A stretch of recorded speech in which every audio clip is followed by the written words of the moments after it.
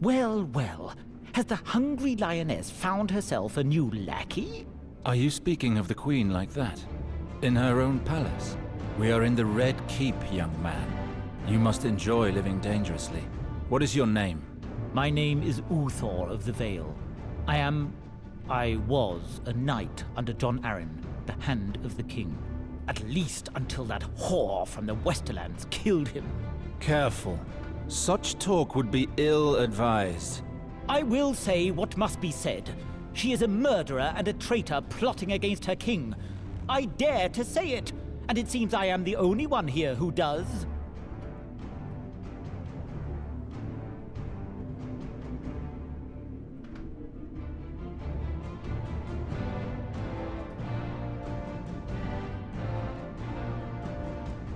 Such accusations would cause you much grief if they were to be heard by the wrong ears. I advise you to curb your rashness for your own good. I swore an oath to serve John Arryn with my life. I was unable to give it to him in battle, but I can devote it to condemning his assassins. Your fate is in your...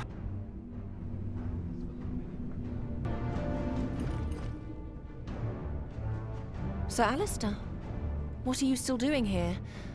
I would have thought you'd be moving heaven and earth to find the Greystone Girl.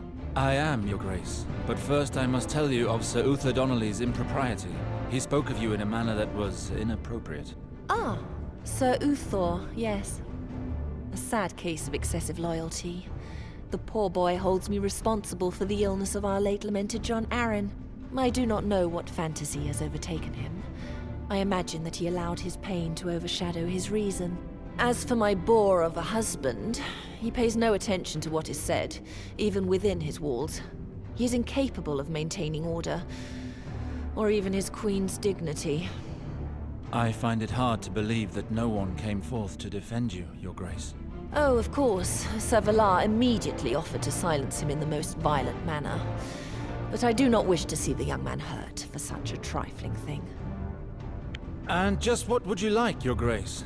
Speak, and it will be my pleasure to grant you your wish. You think that you might be more diplomatic than your half-brother?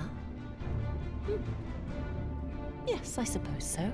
The Hand of the King was very much loved by his people, and our differences were well known about court.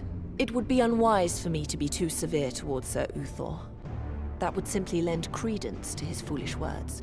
I should be able to find a more elegant solution. Sir Uther might find it in his best interest to humble himself, perhaps even publicly. Really? You intrigue me. Go ahead, Sir Alistair.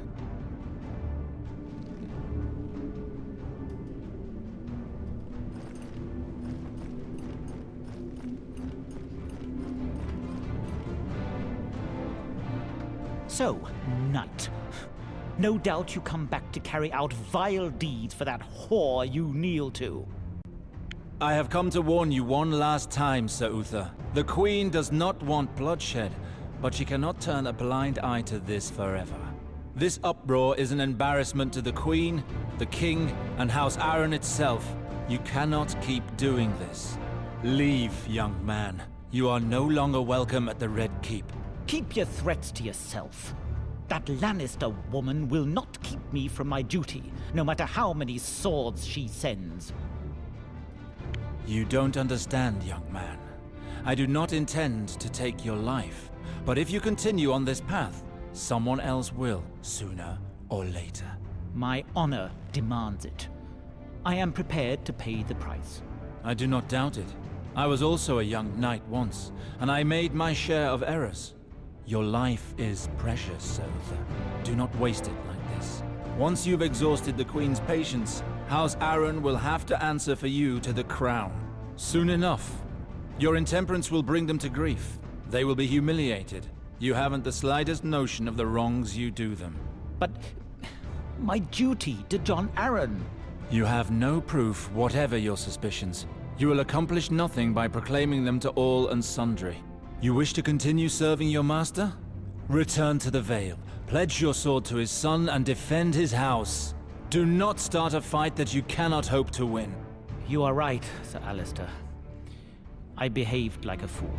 I shall go apologize to the Queen and beg her to forgive me, if she will do so.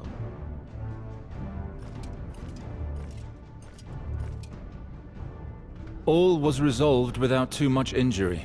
The Queen should be pleased. Ah, here is my valiant knight. You handled the situation admirably. Sir Uthor's tongue has been silenced, and I remain above the reproach of Arryn's supporters. You appear to have a much more subtle nature than Sir Valar. Your Grace is too kind. Please take my gesture as a sign of loyalty. What a gallant knight you make. Here, accept this humble gift. So it is known by all that you have my friendship. You may take your leave, good sir. You still have a task to perform. Make haste. Very well, Your Grace.